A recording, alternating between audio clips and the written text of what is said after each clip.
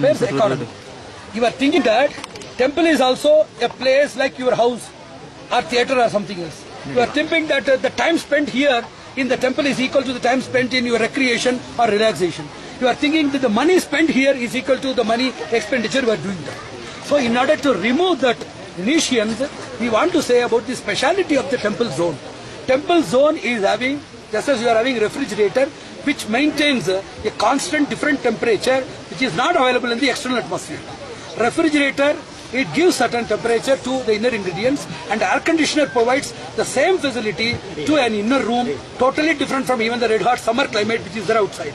So it is known as a contrary provision.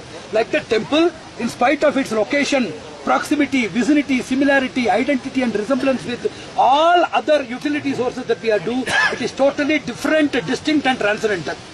The place here is a shelter from where you can just drive out all of your fears, all of your phobias. The problem is, most of the people, they don't know how to manage the temple. I am giving you a computer. I am giving you a computer with all information. If you don't know the activation of the computer, what is the use of the computer? I am giving you all sophisticated tools. If you don't know the manual of operation, how you can get the benefits from that? Totally impossible. I am giving you a checkbook. If you don't know what the provisions of drawing or the methodology of drawing the money from the bank, you don't know the location, you don't know the approachability and other things, how you can get money from the bank? So everything is methodology. Temple is a source of power, source of solace, source of knowledge. Whatever we are struggling, whatever we are suffocating, whatever we have been dreaming, whatever we have been neglected, rejected, drowned, driven out and kicked and knocked out in the world, everything you can get in abundance in a temple. But unfortunately, we don't know that it is a treasury of what we want. We think that we are contributing to temple without knowing temple is contributing to you. We are thinking that we are supporting the temple instead of knowing the temple is supporting. If a person knows proper temple management, 1 hour of a person's fruitful residence, systematic residence inside the temple is more than enough to carry 10 years of successful and powerful life in all of his various walks of life.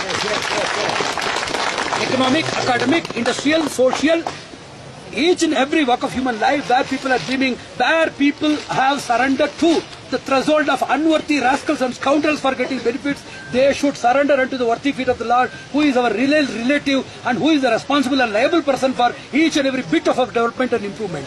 So we should understand the greatness, the simplicity, supremacy and benevolence that is there within the Lord, and see how we can be fortunate enough to be a proper receptor of His mercy, for which He has been already a bounteous reservoir. So we should understand how to get that. How to get that. Think of the association of good people. Meditate for half an hour. Discuss about the temple and the development. You are traveling to the temple for at least 2 days. Going back, you will be traveling for 2 days. You are inside the temple just for 2 or 3 hours.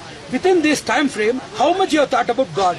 How much you have thought about your divine unity? How much you have thought about your faults and rectification? How much you have thought about your clandestine nature and falsity?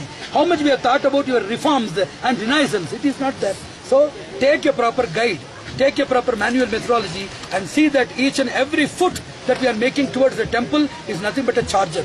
There was a scientist, he is an energy scientist, he is very famous for energy parsimony. Whenever you open the door, immediately there will be a link to the energy charger. If you open the door, there will be energy charge in the battery.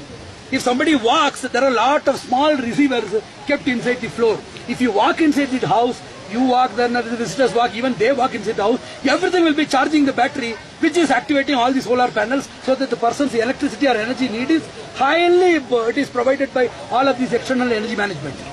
So a person who is a good energy saver converts each and every inch of movement or motion by closing the door, opening the door, taking something, placing something, walking, knocking, riding, running, everything is converted into energy. Like that, we should be a clever and prudent authority of energy conservation, reservation, application. Whatever we smell here, whatever the breeze that we are taking, the respiration, everything is fully sourceful, resourceful and powerful. We should understand that. If you properly understand, any beggar coming inside will leave as an emperor.